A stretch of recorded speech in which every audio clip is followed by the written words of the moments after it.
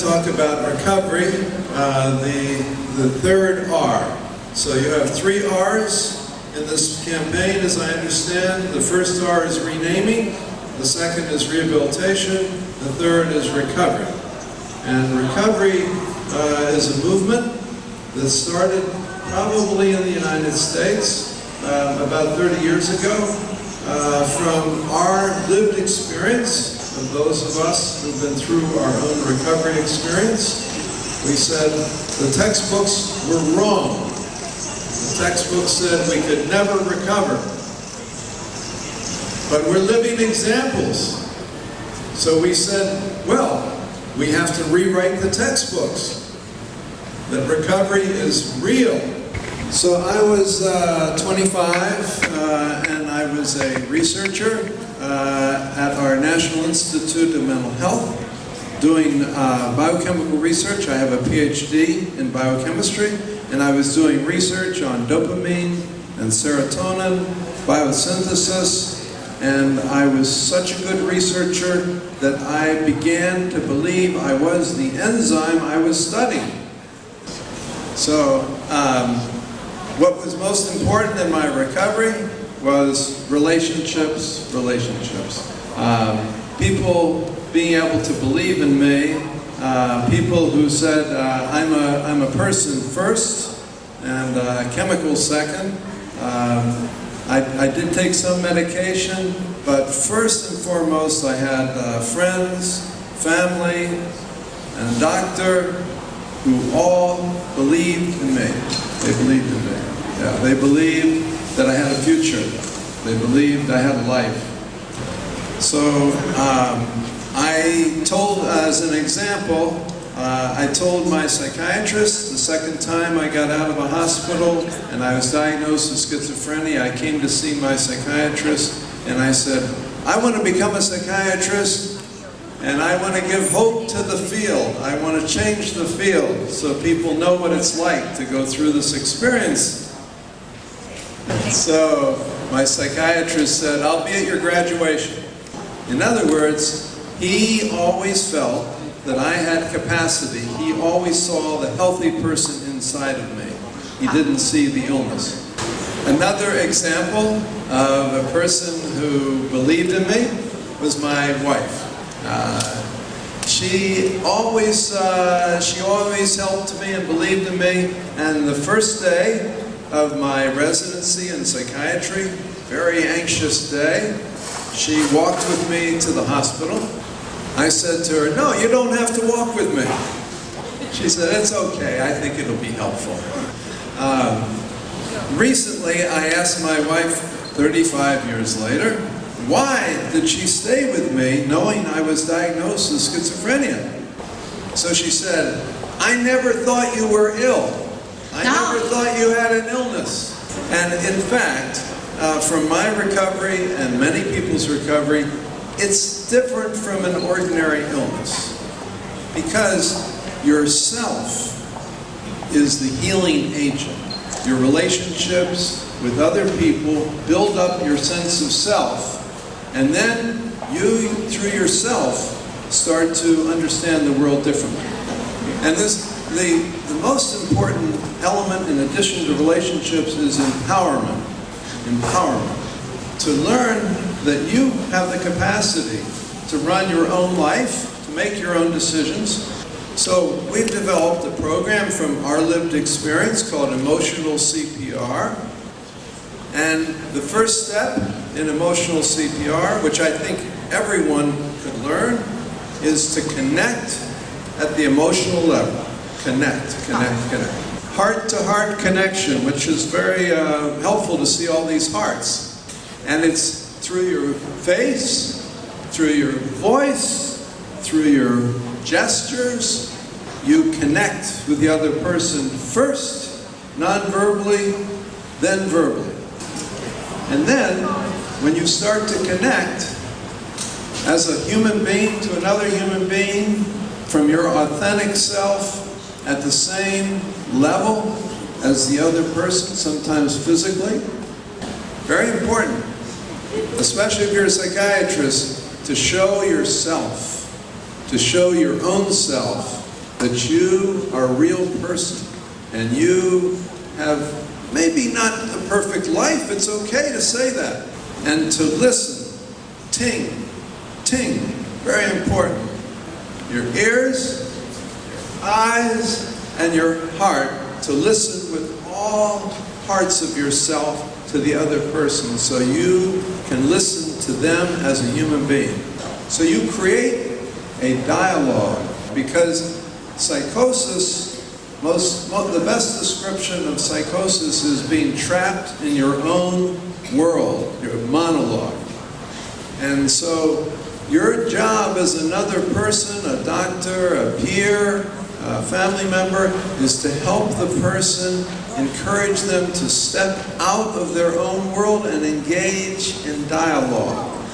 And to not be judgmental, to respect that the person has a different way of thinking.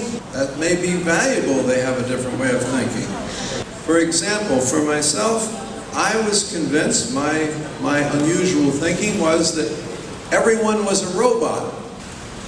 Later, I understood it was a symbolic meaning, that people weren't expressing themselves as much as I would hope. And that I wasn't expressing myself as much as I hoped. I was feeling like a robot. And partly it was a consequence of an idea that we are just chemicals. In fact, we are people first, chemicals second. So this emotional CPR is to restore human connection for everyone, because everyone can help in other people's recovery. It is a community-wide effort. No matter where you are, if you're in a grocery store, or you're in employment, or you're trying to get housing, or you're with friends, peers, everyone can contribute to recovery. And I wonder if there are any questions people might have.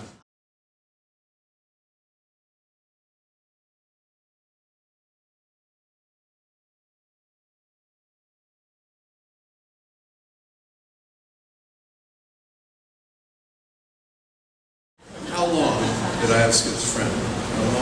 How long? About 6 years. I had schizophrenia for about 6 years. How did I become a doctor?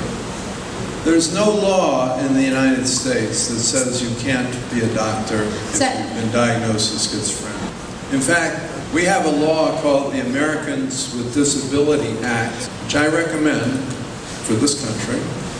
It protects people with a disability from such discrimination.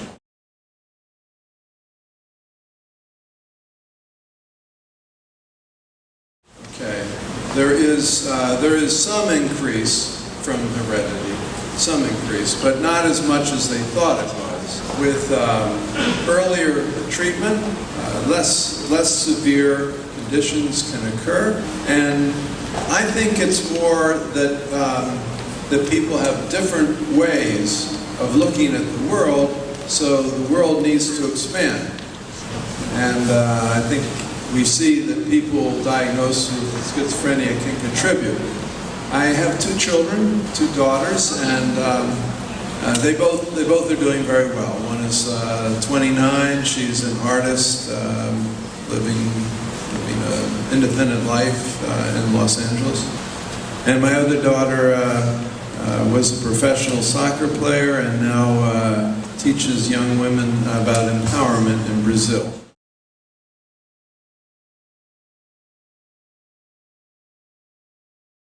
When did I know that I had recovered from schizophrenia? I had to overcome a fear of people. I had hidden myself in the laboratory because I was afraid of people. So I said to myself, get out of that laboratory and be with people. Learn, like a client of mine said, earth talk that is people do with each other. I secondly had to decide to say yes to life, and realized I had been quietly saying no to life. I think behind what's described as schizophrenia is a loss of investment in life. What nourishes our investment in life is intimate relationships with other people, which bring wonder to each day, and having dreams that you can make a difference in this world, that your existence in this world contributes in some small way to the welfare of others. So, becoming a psychiatrist helped me feel that I was contributing directly to the welfare of others. I could provide some assistance, and a person might smile and say thank you. So I always encourage people to find what their passion is and follow their passion.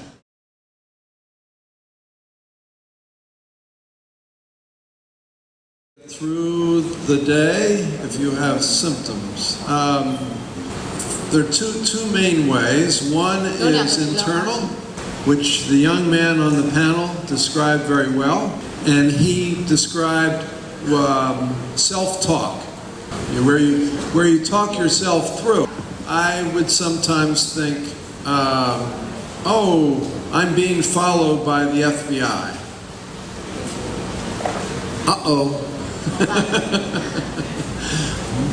And then I would think to myself, am I so important that the FBI would spend so much time? They have much more dangerous people. The second way is to check things out with other people. For instance, I used to think that certain television shows were written just for me. It has a technical name, ideas of reference. Now I understand it's from feeling very insignificant. You want to feel very significant because you felt very insignificant. But I might check with a friend and say, you know that show the other night, or the show, I've been thinking about that television show. Is it possible it was written about me? So those are the two ways.